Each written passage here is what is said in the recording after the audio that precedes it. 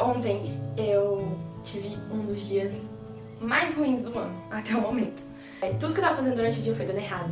Errado mesmo, a ponto de eu ter prejuízos grandes financeiramente. Então, só conferindo se tava gravando. Fiquei maluca. E aí hoje de manhã, eu tava conversando com Deus. E aí eu perguntei, Deus, por que foi tão ruim esse dia? Deus falou pra mim, falta de perdão.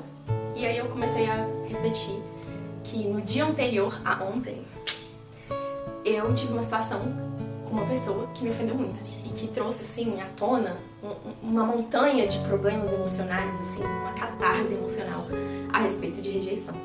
E aí eu fui ficando muito mal. No dia antes de ontem eu já tava ficando muito mal por conta dessa situação. Aí eu tive um momento com Deus, escrevi tudo que eu tava sentindo, orei tudo. E por mais que eu tinha orado e tido todo esse momento com Deus, eu não parei pra refletir sobre o perdão, né? Eu não parei pra fazer um exercício de perdoar a pessoa que tinha me ofendido tanto. Como quando a gente carrega tanta amargura pela falta de perdão, como isso atrapalha a nossa vida. E parece que a amargura, ela é uma raiz, assim, que ela se espalha, né? Ela é uma coisa que vai tomando conta de tudo. E a falta de perdão, ela vai fazendo com que a gente fique com raiva das coisas, que a gente acha que tudo é uma injustiça, e vai contaminando a gente, né? Eu me deparei com esse versículo aqui, que é Hebreus 12, versículo 14, que fala: busquem a paz com todos e a santificação, sem a qual ninguém verá o Senhor. Tomem cuidado para que ninguém se afaste da graça de Deus e para que nenhuma raiz de amargura, ao brotar, cause perturbação e contamine muitos. Esse versículo acho que resume um pouco do que aconteceu comigo, porque essa raiz de amargura, essa falta de perdão em relação a uma situação específica contaminou meu dia inteiro. Tudo que eu estava fazendo foi dando errado. E foi aí que o Senhor começou a ministrar no meu coração que eu precisava perdoar aquela pessoa. E Deus me ensinou um exercício de perdão há muitos anos atrás, quando eu estava fazendo um intercâmbio. Eu morava numa casa com 4 meninas. E aí eu briguei com uma menina. A gente ficou um mês sem se falar e a gente morava no mesmo quarto. E foi o caos. Foi uma situação muito ruim, mas ao mesmo tempo foi a melhor briga que eu já tive na minha vida, porque foi uma briga que me ensinou a processar minhas emoções e a realmente perdoar. Eu falo isso com essa minha amiga até hoje, assim, que essa briga, Deus me ensinou tanta coisa. No meio dessa brigada toda, eu tinha feito um negócio pra menina, a menina tinha feito um negócio pra mim, a gente foi se ofendendo. Aí chegou um dia que Deus ministrou no meu coração, falando assim, senta e escreve suas emoções. E aí eu, basicamente, junto com Deus, né, desenvolvemos uma ferramenta de perdão. Que foi o seguinte, eu comecei a escrever a situação, o que realmente aconteceu. Botei no papel lá, aconteceu isso, eu briguei com fulano de tal por causa disso, ela fez isso, eu fiz isso e foi isso. Depois que eu escrevi a situação, eu comecei a escrever quais eram os sentimentos que aquela situação estava me trazendo. E eu coloquei, a fulana me fez eu me sentir assim, assim, assim. E aí, depois Deus começou a me perguntar, existem mentiras que você está acreditando sobre você mesma por conta dessa situação. Vamos identificar essas mentiras, né? E aí Deus me perguntou quais são essas mentiras. E aí eu tava refletindo com o Senhor e aí eu fui anotando, eu acredito que eu não sou uma boa amiga por causa dessa situação e isso é uma mentira. E aí Deus virou pra mim e falou assim, agora vamos meditar sobre as verdades. E aí o Espírito Santo começou a declarar verdades sobre mim. E eu fui anotando essas verdades. Eu tive muito mais clareza do que era que eu precisava perdoar aquela pessoa, né?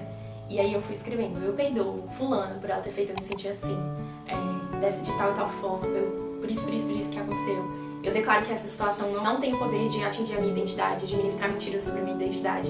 Esse exercício de escrever, eu acho que ele te dá muito mais clareza sobre como estão as suas emoções. Você consegue sair do panorama sentimental, né? Porque quando a gente tá sentindo aquela raiva, aquela coisa, fica tudo no coração. E quando a gente escreve, a gente consegue ver as coisas como se elas estivessem fora da gente, né? Ao final, eu realmente falei assim, essa pessoa não me deve nada. Eu rasgo a nota de dívida, eu libero perdão sobre ela. E é isso, em nome de Jesus, amém. Aí eu fui escrever. E isso me ensinou a realmente a perdoar aquela pessoa. A realmente, assim, não ficar carregando aquele turbilhão de emoção que aquela situação me trazia. E eu consigo falar sobre isso sem sentir raiva da pessoa. Sem nada. As perguntas, se eu pudesse resumir, seriam 4. O que aconteceu? Aí eu escrevo. O que aconteceu? Tipo, os fatos, né? Penso muito como se fosse uma peça jurídica. Quais são os fatos? Né? A segunda pergunta seria, como eu estou me sentindo por conta dessa situação? A terceira pergunta é, existe alguma mentira que eu estou acreditando sobre mim por conta dessa situação?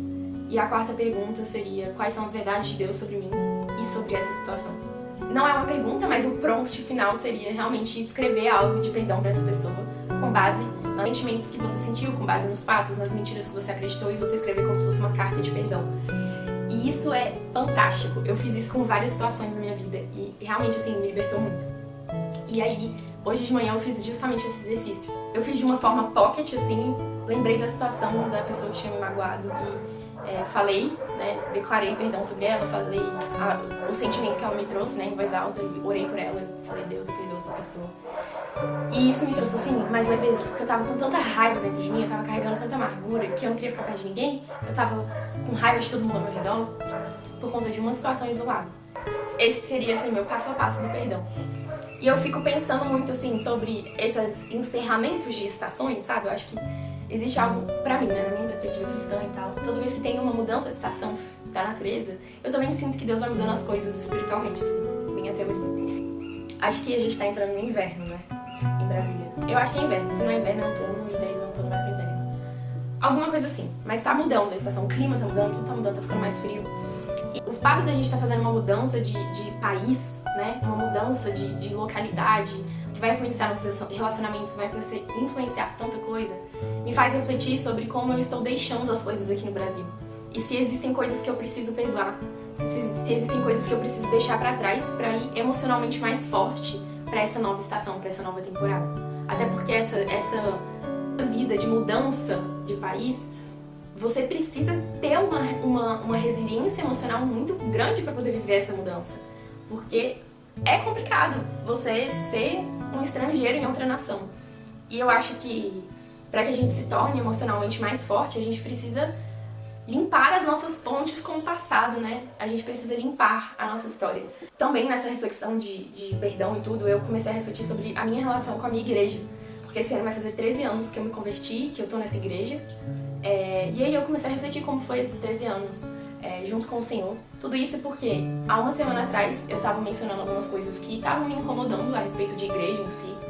O Senhor me chamou a atenção, assim, pra ver o que me doía em relação à minha igreja, a instituição física da minha igreja mesmo. Eu fiz uma listinha, assim, de coisas que me doíam, de coisas que me incomodavam. E aí eu parei pra refletir que essas coisas eram muito menores do que os benefícios que eu tive naquele lugar. Elas eram muito menores sobre os 13 anos que eu vivi lá e o tanto que eu fui ministrada, a comunidade que eu tive acesso, o quanto o Senhor me guardou nesse processo, o fato de que eu não me envolvi em escândalos, eu não me envolvi em fofocas. E eu vi tantas pessoas ao meu redor se envolvendo e o Senhor me guardou. Eu vi a gente falando sobre, eu sinto falta de ser discipulada, o Senhor sempre colocou pessoas ao meu redor para cuidar de mim, dentro dessa igreja, dentro desse lugar. E tem uma frase que meu pastor fala que me chama muita atenção. Eu não sei se eu já mencionei, mas vou mencionar de novo se não for. Enfim, que é assim, melhor do que começar as coisas bem é terminar as coisas bem. E querendo ou não, eu estarei terminando o ciclo agora. E aí eu comecei a refletir como que eu posso terminar bem esse ciclo. E talvez isso seja uma dica pra você também, né? Como terminar bem essa temporada, se você tá sentindo que você também tá vivendo uma transição. E eu acho que uma das melhores formas que a gente pode terminar bem é refletindo sobre onde a gente se ofendeu, sobre o que nos dói, sabe? E nesse processo de refletir o que nos dói e o que nos ofendeu, é muito importante a gente reconhecer também as coisas boas que tem nessas situações. Porque eu acho que quando se fala de igreja, é muito fácil a gente levantar as 300 milhões de pedras pra atacar a igreja. Pra atacar a igreja e falar que a igreja não é boa, que a igreja nos feriu, que tal líder não deu a atenção que a gente queria que ele tivesse dado. E às vezes a gente não pensa o quanto a gente foi abençoado pelaquela mesma pessoa que a gente disse que ofendeu a gente, né? E às vezes essa pessoa muito mais nos abençoou do que nos ofendeu. E às vezes, na verdade, essa pessoa nem teve a intenção de ofender a gente, mas muitas vezes a gente carrega tanta identidade de órfão que simplesmente por uma pessoa não dar atenção a gente se ofende, né? Eu já vi muito isso na igreja, de ai meu Deus, o pastor fulano de tal não me deu atenção, ai meu Deus, essa igreja não tem tal e tal coisa que eu queria. E aí eu fico pensando, tá, mas e o que a gente fez pra que essa instituição se tornasse um lugar melhor? Eu pensei assim, cara, tem 13 anos que eu tô servindo nessa igreja, que eu tô, né? E o que eu tô deixando pra igreja nesses 13 anos? O que eu construí com o Senhor nesses 13 anos? Né? Sim, como que a gente tá deixando os lugares que a gente passou? Às vezes você nem é cristão, assim, às vezes você nem congrega numa igreja, mas eu acho que vale a pena refletir. Essa ferramenta vale de perdão e de reflexão, vale independente de qual seja a sua religião. É uma ferramenta de autoconhecimento, de entender como que tá o nosso coração e quais emoções estão se relacionando ao nosso coração. Muito louco isso, assim, de pensar como que a gente tá deixando os lugares que a gente passa, né? E é isso. Hoje eu quis trazer mais essa reflexão, trazer uma coisa diferente do que sair contando do processo de mudança em si. E é isso que eu queria dizer.